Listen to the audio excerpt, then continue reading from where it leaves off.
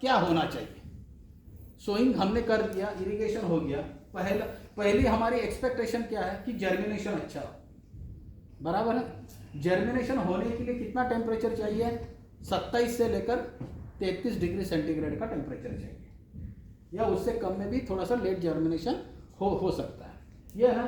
तो जर्मिनेशन जब होता है तब कौन से न्यूट्रिएंट की जरूरत होती है, जड़ें तैयार होती है ना, शूट तैयार होता है, तो वहां पे फास्फोरस, कैल्शियम और बोरॉन की जरूरत होती है, उसको दूसरे न्यूट्रिएंट की जरूरत नहीं है। लेकिन जैसे ही शूट निकलता है उसको नाइट्रोजन की जरूरत होती है। शूट निकलेगा तो सिर्फ नाइट्रोजन काम नहीं करेगा, वहां पे कैल्शियम और बोरॉन रहेगा तो नया शूट निकलेगा। दो पत्तों के बीच में तो कल्ले शुगर केन में आएंगे, लेकिन आप देखोगे शुगर चुकंदर का तो ऐसा बंच निकलता है, बराबर है ना। तो वो कल्ले निकलने के लिए जिंक की जरूरत होती है, वहां पर नाइट्रोजन, फास्फोरस, कैल्शियम की जरूरत नहीं, वो बढ़ने के लिए है। यानी कोई न्यूट्रिएंट अकेला काम कर रहा है क्या, अकेला नहीं काम कर रहा है, ये टीम वर्क है। तो उसके उस प्रोपोर्शन में हमको सारा न्यूट्रिएंट देना है, यानी पहले न्यूट्रिएंट बैलेंस करना है, और वो न्यूट्रिएंट बैलेंस करने के लिए बायो फर्टिलाइजर और ऑर्गेनिक फर्टिलाइजर हमने देना है। दूसरी बात है कि स्टेजेस ऑफ एप्लीकेशन, मैं यहाँ पे ये क्यों डाला हुआ हूँ, क्योंकि हमारे पास एक भी किसान ऐसा नहीं है कि वो जो ड्रिप के ऊपर खेती कर रहा है। यहाँ पे कोई चुकंदर ड्रिप के ऊपर नहीं कर रहा है, हमारी तरफ ड्रिप के ऊपर करते तो हम स्टेजेस के अनुसार उसके फर्टिलाइजर्स का एप्लीकेशन देते हैं। तो ये ब्लैंकेट एप्लीकेशन सारा स्लो रिलीज फर्टिलाइजर्स का होता है।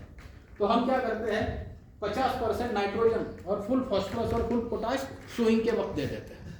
क्यों, क्योंकि वो स्लो रिलीज है, वो धीरे धीरे धीरे धीरे पौधों को 6 महीने तक लगेंगे। 6 महीने की चुकंदर की फसल होती है, अक्टूबर नवंबर में आप डालते हो, मार्च अप्रैल में उसको निकालते हो, बीच में बहुत बड़ा गैप होता है, उसके अंदर अलग अलग स्टेजेस भी आती है। लेकिन 50% नाइट्रोजन देने के बाद में 25% के 2 स्प्लिट डोज करना जरूरी होता है। नहीं तो क्या होता है कि आखिरी में जब हम देखते हैं कि नाइट्रोजन डेफिशिएंसी, शुरुआत में आपने नाइट्रोजन डाल दिया, आपको पता है यूरिया तैयार करने में हम कितना पैसा खर्चा करती, गवर्नमेंट कितना पैसा, हमारे सबसे सस्ता 350 रुपये में बैग आ गया। लेकिन यूरिया यानी क्या है, NH2 है उसका नाइट्रोजन।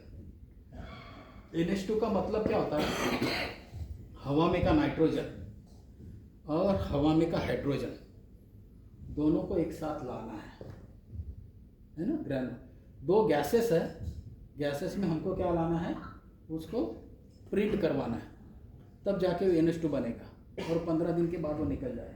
तो कम से कम 1500 से लेकर 3000 डिग्री सेल्सियस टेम्परेचर पर लाना पड़ता है उसको। तो वो 2 गैसेस आती, तो कितनी एनर्जी लगती होगी वहाँ पे, देखो कितनी एनर्जी लगती होगी। और वो एक बैग की कीमत कम से कम 2-2,500 रुपये होगी, हमें 350 रुपये में मिलता है। तो कितना पैसा हम खर्चा करते हैं। और आपको क्या लगता है, यूरिया एक बार दे दिया तो हमेशा के लिए काम करता है, नहीं। 15 दिन के बाद वो फिर से नाइट्रोजन और हाइड्रोजन करके रिलीज हो जाता है, फिर वहीं पे आ जाते हैं। तो हमने ये यूज कैसे करना है, जितनी जरूरत है उतना यूज करना, इसलिए 2 स्पीड में। और यहाँ पे क्या है कि timely need based placement of fertilizer जरूरी होता है। नहीं तो क्या होगा कि चुकंदर के फसल के अंदर आप उसको अर्थिंग अप नहीं करोगे और टाइमली फर्टिलाइजर नहीं दोगे, क्योंकि देखो नाइट्रोजन फर्टिलाइजर शुरुआत में ग्रोथ के लिए अच्छा है, जितने पन्ने ज़्यादा आएंगे उतना फोटोसिंथेसिस अच्छा होगा और उतना नीचे का चुकंदर जो है अच्छा बनेगा। बाद में क्या है कि आपको फास्फोरस, कैल्शियम, मैग्नीशियम ज़्यादा देना है, पोटाश ज़्यादा देना है, तब जाके चुकंदर की क्वालिटी बनेगी। पोटाश अगर नहीं दोगे तो क्या होगा कि चुकंदर की साइज तो बड़ी है लेकिन वेट में कम है, या उसका शुगर कंटेंट कम है। उसका शुगर कंटेंट आपको पता है वैल्यू होता है 12% से लेकर 18% तक होता है, नहीं होता है, इतना ही होता है। हम रिकवरी कितना ढूंढते हैं, 10-11%। शुगर फैक्ट्री की रिकवरी हम कितना ढूंढते हैं, 10-11% ढूंढते हैं। तो उसको बढ़ाने का काम पोटाश करता है।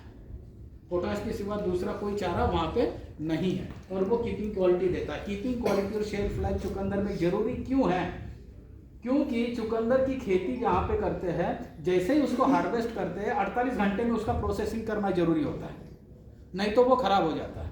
होता है या नहीं होता है, हाँ। तो वहां पे ये करना, तो इसीलिए एक्सेस नाइट्रोजन जो है शेल्फ लाइफ को बिगाड़ता है, तो उसको अवॉइड करना है। जितनी जरूरत है उतना ही उसको देना। नेक्स्ट